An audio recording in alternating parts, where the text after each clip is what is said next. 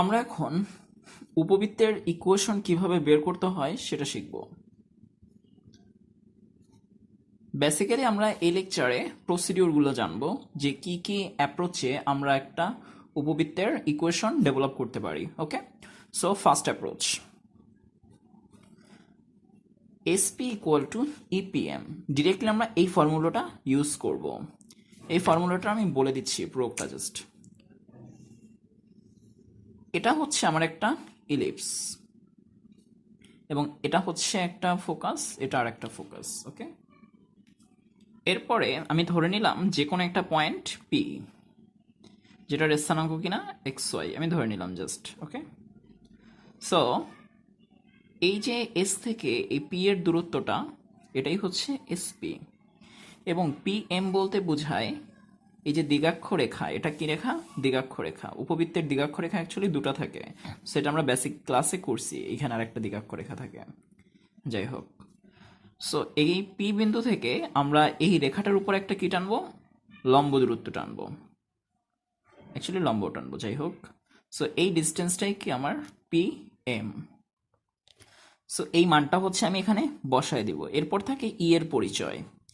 ই হচ্ছে উৎকেন্দ্রিকতা বা বিকেন্দ্রিকতা। ই এর মানটা হচ্ছে √1 minus B square by A square. B এর পরিচয় কি?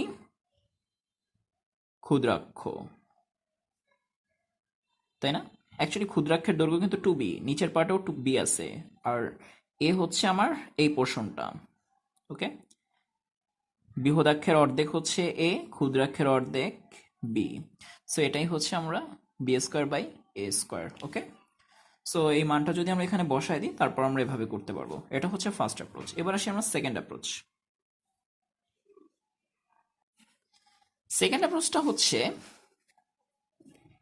X minus star square divided by A square plus Y minus box square divided by B square equal to 1। এখন স্টার এই বক্স, এই দুইটা জিনিসটা অ্যাকচুয়ালি হচ্ছে কেন্দ্র। কিভাবে খেয়াল করি, এটা হচ্ছে আমার উপবৃত্ত। সো এটা এস, এটা এস প্রাইম। আমি ধরে নিলাম এটা হচ্ছে আমার কেন্দ্র। কেন্দ্রর স্থানাঙ্ক বেসিক্যালি স্টার আর হচ্ছে বক্স। আমরা যখন পরাবৃত্ত শিখছিলাম তখন কিন্তু আমরা শীর্ষবিন্দু নিয়ে কাজ করছিলাম, ঠিক আছে? আমরা শীর্ষবিন্দু নিয়ে কাজ করছিলাম। আর আমরা এটা তো জানি পরাবৃত্ত হচ্ছে কেন্দ্রবিহীন কণিক, যেটা আমরা অলরেডি ক্লাসে বলছি। পরাবৃত্ত কেন্দ্রবিহীন কণিক। ওকে, কিন্তু উপবৃত্তের কি কেন্দ্র আছে। ওকে, সো স্টার অ্যান্ড বক্স হচ্ছে এটা। এখন খেয়াল করি এর পরিচয় কি, অলরেডি আমি বলে দিছি, বৃহদাক্ষের অর্ধেক, বি হচ্ছে ক্ষুদ্রাক্ষের অর্ধেক। সো যদি কখনো দেখি এরকম ডাটা দেওয়া আছে আমার বা সাজানো যাচ্ছে, তখন হচ্ছে আমরা ডিরেক্টলি এই অ্যাপ্রোচটা করব। ওকে, 3 নাম্বার অ্যাপ্রোচ। আমরা SP plus S prime P equal to 2a এটাও অ্যাপ্লাই করতে পারি। কিভাবে খেয়াল করি, আমার উপবৃত্তটা হচ্ছে এটা, এটা এস, এটা এস প্রাইম। এখন আমি যদি যে কোনো একটা পয়েন্ট পি ধরি, এক্স কমা ওয়াই, আমি জানি এস এর স্থানাঙ্ক জানি x1 y1, এস প্রাইমের স্থানাঙ্ক x2 y2। এস পি যোগ করব এবং এস বার পি যোগ করব। দ্যাট মিনস আমি বলতে পারি এসপি দূরত্বটা কি হওয়া উচিত, এই যে SP √(x minus x1 square plus y minus y1 square plus বসায় দিলাম এস বার পি। এটা কত হবে? √(x minus x2 square plus y minus y2 square. এবার আসি 2a। 2a হচ্ছে কি দৈর্ঘ্য? বৃহদাক্ষের দৈর্ঘ্য। সো আমরা বৃহদাক্ষ কোনটা, যেটার উপর এস এবং এস প্রাইম অবস্থান করে, সেটাই হচ্ছে বৃহদাক্ষ।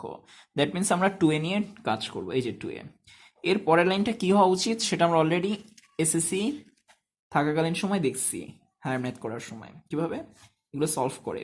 x minus x1 square plus y minus y1 square equal two 2a minus x minus x2 square plus y minus y2 square.